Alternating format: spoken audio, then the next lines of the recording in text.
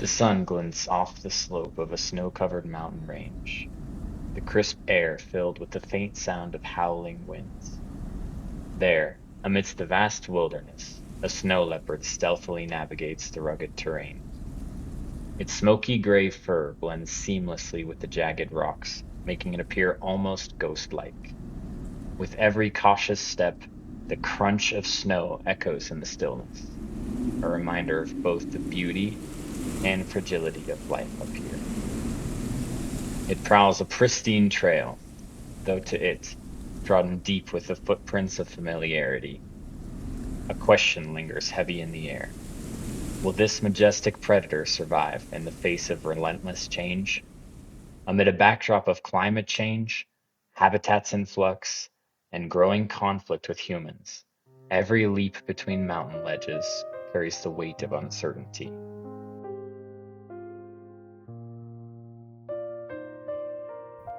I'm David Maroney, and you're listening to the Wild Systems Podcast. Each week, we look at a conservation effort from somewhere around the world. We dive into the ecosystem and uncover the systems that drive it to endure in a changing world.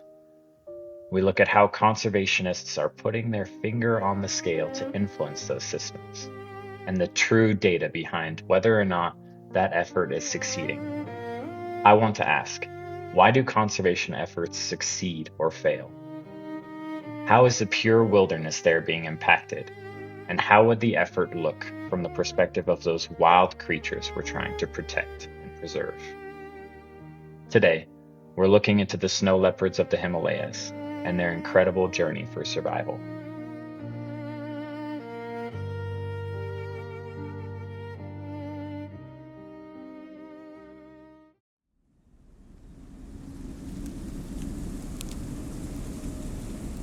Long before the Himalayas were named, before borders or maps or conservation plans, there was altitude and the slow negotiation between life and thin air.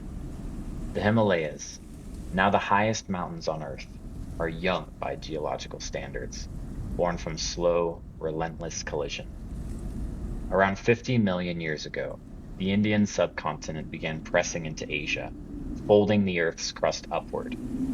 The land rose, buckled, and cracked, pushed ancient seabeds toward the sky, and it is still rising today, millimeter by millimeter, under forces far older and stronger than anything living here. These mountains are not just tall, they are layered. Each 1,000 feet of elevation redraws the rules. Oxygen thins, temperatures swing violently between sun and shade. Water appears and vanishes, locked in ice or rushing briefly downhill before disappearing into rock and soil. Survival here isn't about dominance, it's about restraint. The snow leopard's world begins above the tree line, where forests give way to alpine scrub and open slopes stitched together with stone.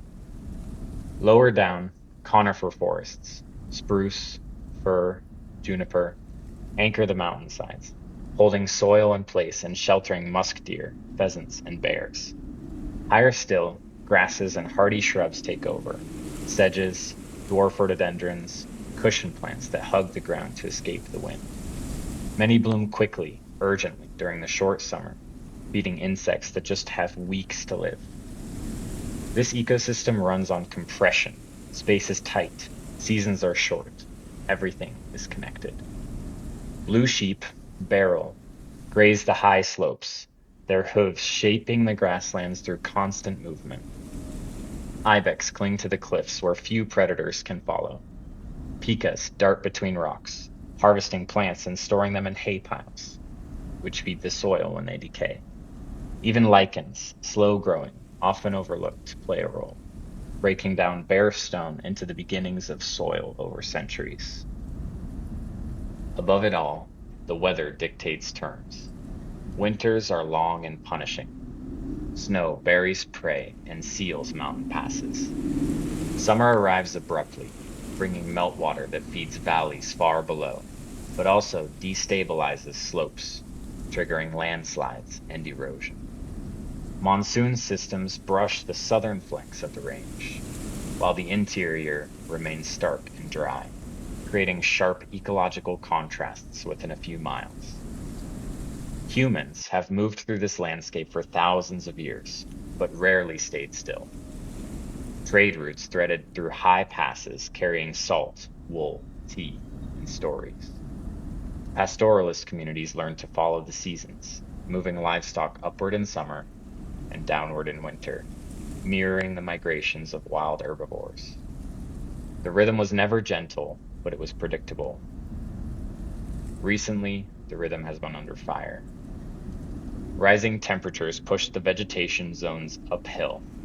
Glaciers retreated, altering water availability downstream. Roads cut into once isolated valleys. What had been a sparsely shared landscape became crowded in subtle ways, compressing animals and people into narrower bands of livable terrain. And in this tightening world, the snow leopard remained what it had always been.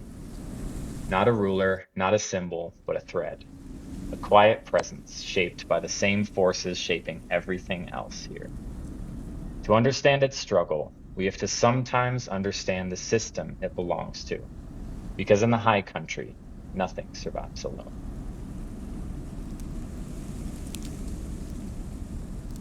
As we zero in on the snow leopard, it becomes clear that it's not just an isolated figure. We're looking at a vital thread in the fabric of the Himalayan ecosystem. These apex predators play a crucial role in controlling the herbivore populations, like the ibex and the blue sheep. This balance they maintain not only influences the prey species, but also shapes the health and diversity of the alpine meadows. Yet their story is one of struggle. The snow leopard's instinctual wariness of humans comes from centuries of conflict. With their habitats steadily shrinking and becoming fragmented, these magnificent creatures must navigate a minefield of threats, from poaching to retaliatory killings from herders trying to protect their livestock, to the invisible barriers of their domain, so clear in their minds, shifting under their feet. But as of the last couple of thousand years, they're not the only character in their own story. Pierre, a local herder, gazes from his place amidst his flock of sheep out onto the grazing lands about him. They've looked better in the past. The mountains are not just a home, but a lifeline, one that has begun to fray at the edges. Every day as he walks the familiar trails through high altitudes, he's confronted by the looming presence of snow leopards, the very animals that pose a risk to his livelihood. His heart is torn between two worlds, his deep respect for the majesty of the snow leopards and his anxiety for his flock. Will he find a way to coexist with the leopards, or will fear push him into a reaction that could threaten their existence?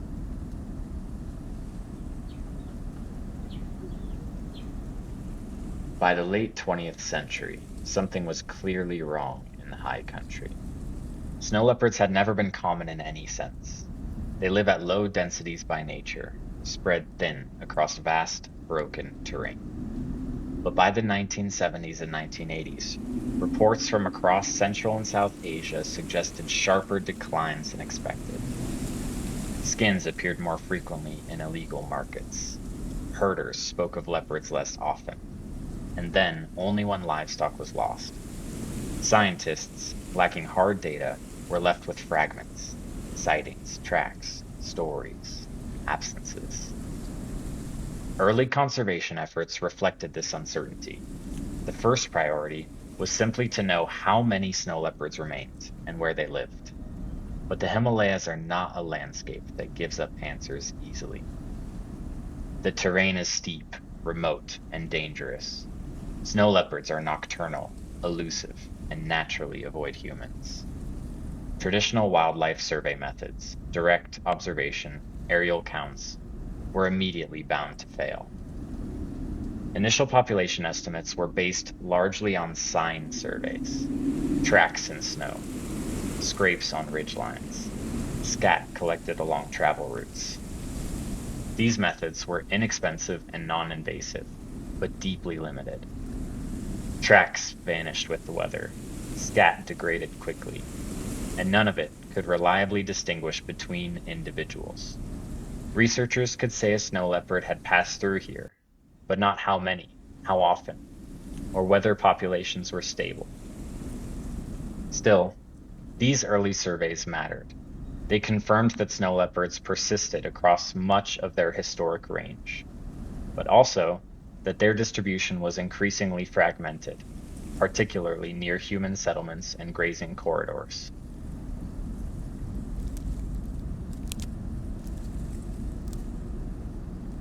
During this time, the storm was forming. Climate pressures, habitat fragmentation, prey depletion, and human conflict were converging, but the conservationists' view remained blurry.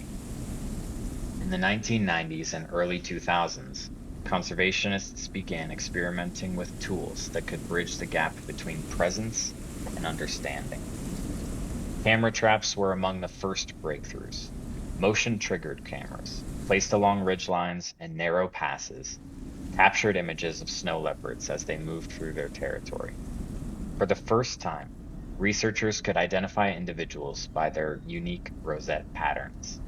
This allowed for mark recapture analysis, providing far more reliable population estimates than sign surveys alone. Camera traps had clear advantages. They were relatively affordable, non-invasive, and could operate continuously in harsh conditions. But they also had limits. Cameras could only monitor small areas. Batteries failed in cold temperatures, and placement required detailed knowledge of leopard movement patterns, knowledge that was still incomplete. To fill those gaps, some projects turned to GPS and VHF radio collars. Collaring snow leopards provided unprecedented insight into home range size, movement corridors, and hunting behavior. It revealed just how vast their territories were, and how often those territories overlapped with grazing lands and human infrastructure. But collars came with trade-offs. Capturing snow leopards was risky for both animals and researchers. Collars were expensive, and sample sizes were thus very small. A handful of tracked individuals could not represent an entire region. Still, the data reshaped conservation thinking. Conflict with humans was not incidental. It was structurally embedded in how snow leopards used the landscape. Technology was improving visibility, but it was also making one thing clear. Data alone would not solve this problem.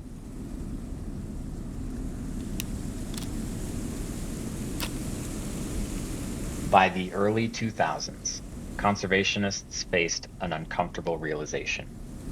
Even the best monitoring tools could not prevent retaliatory killings. Knowing where snow leopards moved did little to help herders, whose livelihoods depended on their livestock. Community-based conservation emerged not as an ideological shift, but as a practical necessity. Programs started in the Western Himalayas, focusing on livestock insurance schemes, predator-proof corrals, and revenue sharing from ecotourism.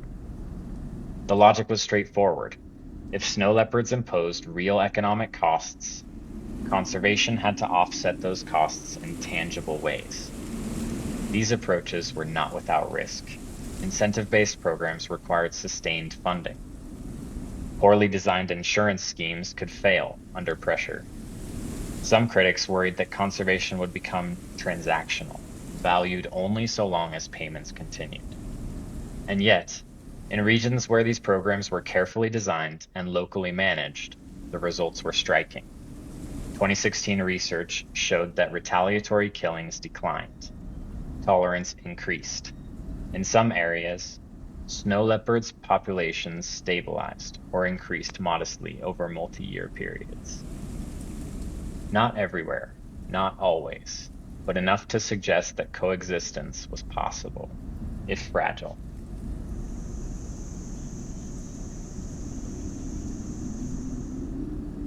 Even as human-wildlife conflict mitigation improved, a slower, more pervasive force reshaped the mountains themselves.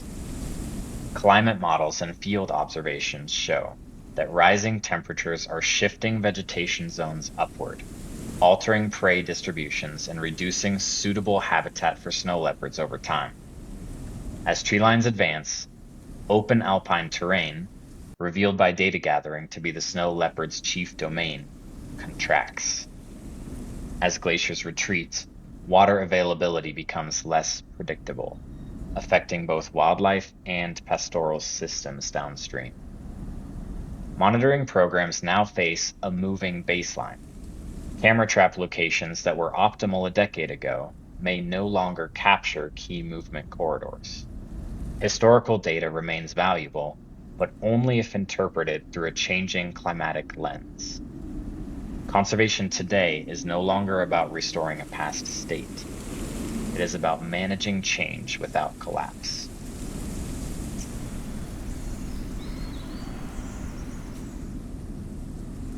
Imagine moving through this landscape without maps or models, only memory and instinct. The paths you learned as a cub no longer smell the same. Prey appears in unfamiliar places. Snow arrives later, melts sooner. The sounds of humans, engines, voices, metal, carry further than before. You are not aware of insurance schemes or camera traps. You do not know that satellites trace your movements or that scientists debate your future in conference rooms far away. You know only hunger, cold, risk, and the thin margins that define survival at altitude. From your perspective, conservation is not a plan, it's a pattern. Fewer gunshots, more livestock penned at night, corridors that remain open, prey that still returns with the seasons. Whether these changes endure is not something you can predict. You respond, adapt, and move on, just as your species always has. The question still unanswered is whether the systems around you can adapt as you do.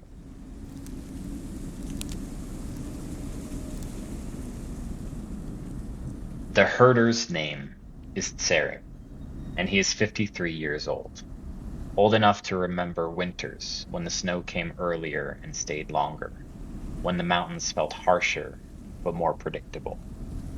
Back then, loss had a rhythm. You expected it. You prepared for it. He has lost animals before. Every herder has. A sheep taken by sickness, a goat lost to a misstep on a loose rock. Once, years ago, a snow leopard slipped into his corral at night and killed 3 animals before panic scattered the rest. He remembers the sound more than the sight, the sharp, helpless bleeding, the thud of bodies against wood and stone. The leopard he sees now is younger. Not a cub, but not yet settled into the full confidence of adulthood. Perhaps 4 years old. Old enough to hunt alone, young enough to misjudge distance and risk. Its coat is thick with winter fur, its movements careful rather than bold. It stands above him on a rocky ledge, watching. From the ledge, the mountain smells different today. Wind carries unfamiliar traces, metal, smoke, sheep packed too tightly together. The cat waits. Hunger pulls, but so does caution. This place has changed. Change here can be dangerous. Tsering's hand tightens around his staff. Once, this moment would have ended quickly. A stone throw, a call sent down the valley, a trap set later, quietly, where questions were not asked. Fear was simpler then. So was anger. Now other calculations intrude. He thinks of the insurance fund. How last winter, after a neighbor lost goats, the payment came quickly enough to matter. Not enough to replace the animals, but enough to dull the edge of resentment. He thinks of the reinforced corral the village built together, stone and wire hauled uphill by hand. He remembers the meetings, the rules explained again and again. If you report the loss, the fund holds. If you retaliate, it collapses. The animal senses stillness. No rush of hooves, no sudden movement. The human below is rooted, not advancing. The cat shifts its weight, muscles ready, but the moment stretches longer than expected. She waits, ready to react, for a threatening move, a jerk or smell. Tsering does the math without meaning to. One goat, two, what he can survive, what would undo him. Then the leopard turns its head slightly, ears pivoting. For a brief moment, their eyes meet. This human is watching, not hunting. The cat cannot know why. She only knows that the instinctive fear presses, just as it always has, and the mountain allows retreat today. The leopard steps backward, dissolving into stone and shadow. No animals are taken, no claim filed, no compensation paid. Tsering exhales slowly and walks back toward his flock, aware that tomorrow the balance may tip the other way. The incentive holds for now. The wonder lingers for now. And the fear never leaves entirely. That, he thinks, is what coexistence feels like. Not peace, but restraint. Not certainty, but choice.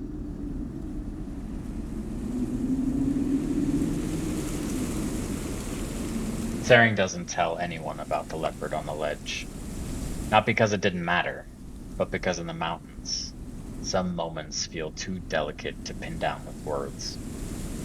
Still, the encounter follows him back to camp like a scent caught in wool. If the leopard had taken a goat, there would have been a process now. In some regions, that process looks like a community-run insurance or compensation fund. Premiums paid in small amounts, or payouts triggered when losses are verified, and rules that try, imperfectly, to keep grief from turning into vengeance. One program, described in Nepal's Kanchenjunga conservation area, for example, used an endowment fund and fixed premiums and compensation amounts.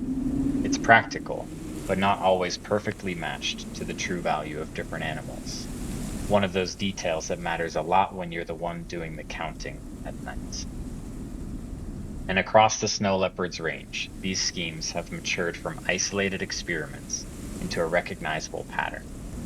Financial risk is shared, predator-proof corrals reduce nighttime losses, and community members become monitors, not just of leopards, but of the boundaries where conflict begins. The Snow Leopard Trust describes livestock insurance specifically as a way to reduce the economic shock that can trigger retaliation. A 2024 synthesis of collaborative conservation efforts notes livestock insurance programs spanning dozens of communities and roughly 1,400 households across multiple countries. Evidence that these approaches have moved beyond pilot project status in at least some places.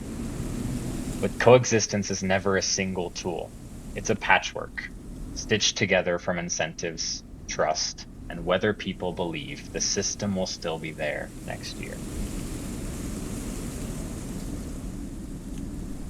What's changed in the last few years isn't just the strategy, it's the clarity. For decades, snow leopard conservation had an almost mythic problem. You can't manage what you can't reliably count. That started to shift as more countries run large, coordinated assessments using camera traps, genetics, and standardized methods. Some recent national results are surprisingly concrete. India completed its first nationwide snow leopard population assessment in 2023, released in 2024, reporting an estimate of 718 snow leopards.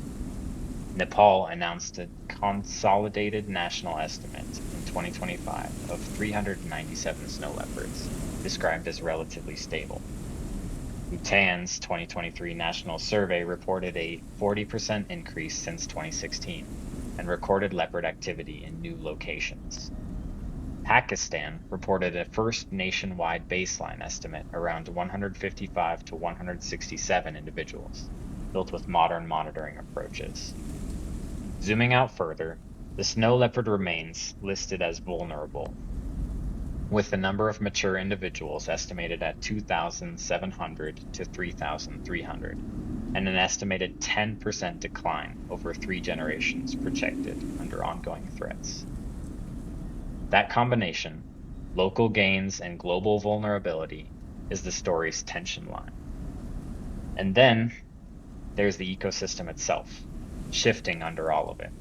Climate change isn't just warmer air, it's tree lines creeping upward, altering the open alpine terrain that snow leopards and their prey rely on.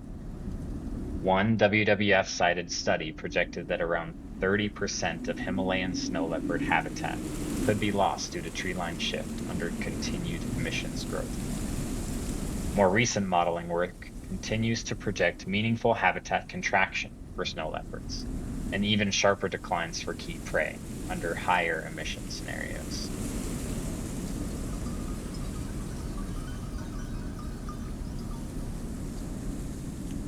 So when we talk about resilience here, we're talking about something specific. The ability of an entire high mountain system to absorb change without snapping, and whether human intervention is buying time or changing the rules. Here's a question that doesn't fit neatly into a report.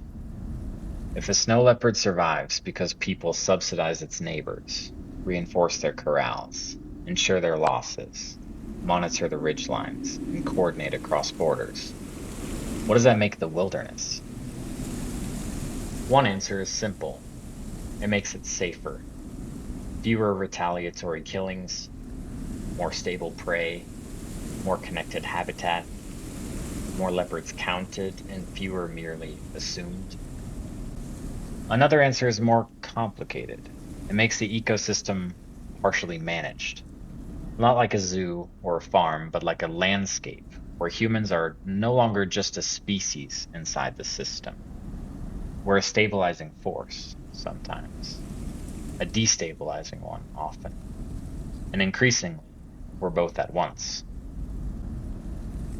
The facts can tell us outcomes, national estimates, trend lines, coverage of insurance schemes, the scale of coordinated programs like GSLEP, where countries committed to securing key landscapes for snow leopards and people. But they can't answer the philosophical part. Is success a return to something untouched? Or is it the creation of a new kind of wildness, where coexistence is maintained by deliberate, continuous human choice? If the numbers rise, if losses are compensated, if tolerance grows, does the mountain become less wild or more capable of staying wild?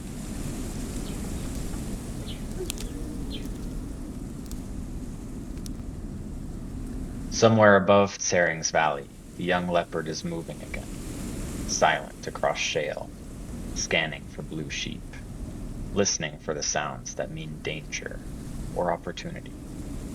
It does not know that national estimates are improving, that some regions report increases, or that its species is still considered vulnerable. It only knows the mountain as it is today, a place that still holds cold and hunger and the clean certainty of a ledge beneath its paws. A place where humans are closer than they used to be, yet sometimes less lethal than before. A place where the seasons are changing in ways that even instinct can't fully predict, where habitat may tighten as tree lines rise and prey shifts under pressure. Maybe that is what hope looks like in the Himalayas. Not a triumphant ending, but a narrowing corridor that remains open. Not salvation, but continuity. A future that is still uncertain, yet no longer feels completely abandoned. And when the leopard vanishes into stone and snow, it leaves behind the same question it always has. How much of survival is strength, and how much is at the whims of a system that's out of sight and mind?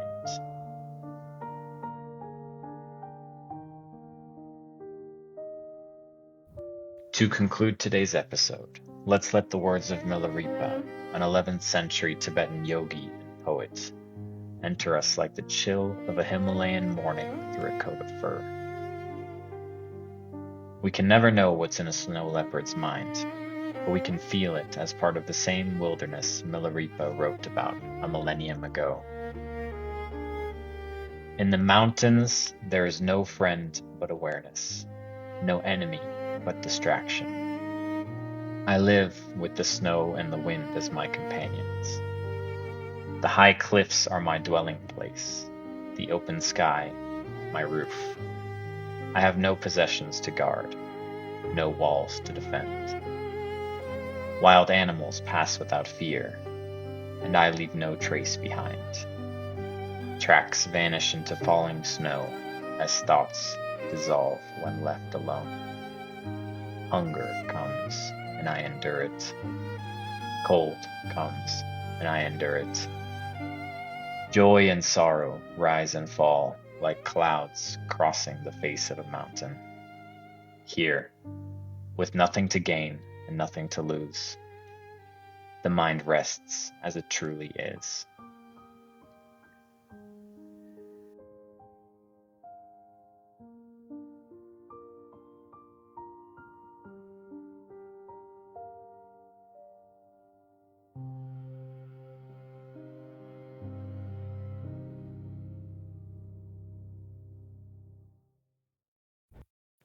Thank you for listening to this episode of the Wild Systems Podcast. If you enjoyed the show, please subscribe and leave a review. If you want to read the article for this episode, go to the Ecological Resilience Project's website. Join us next time as we explore another inspiring story from the natural world.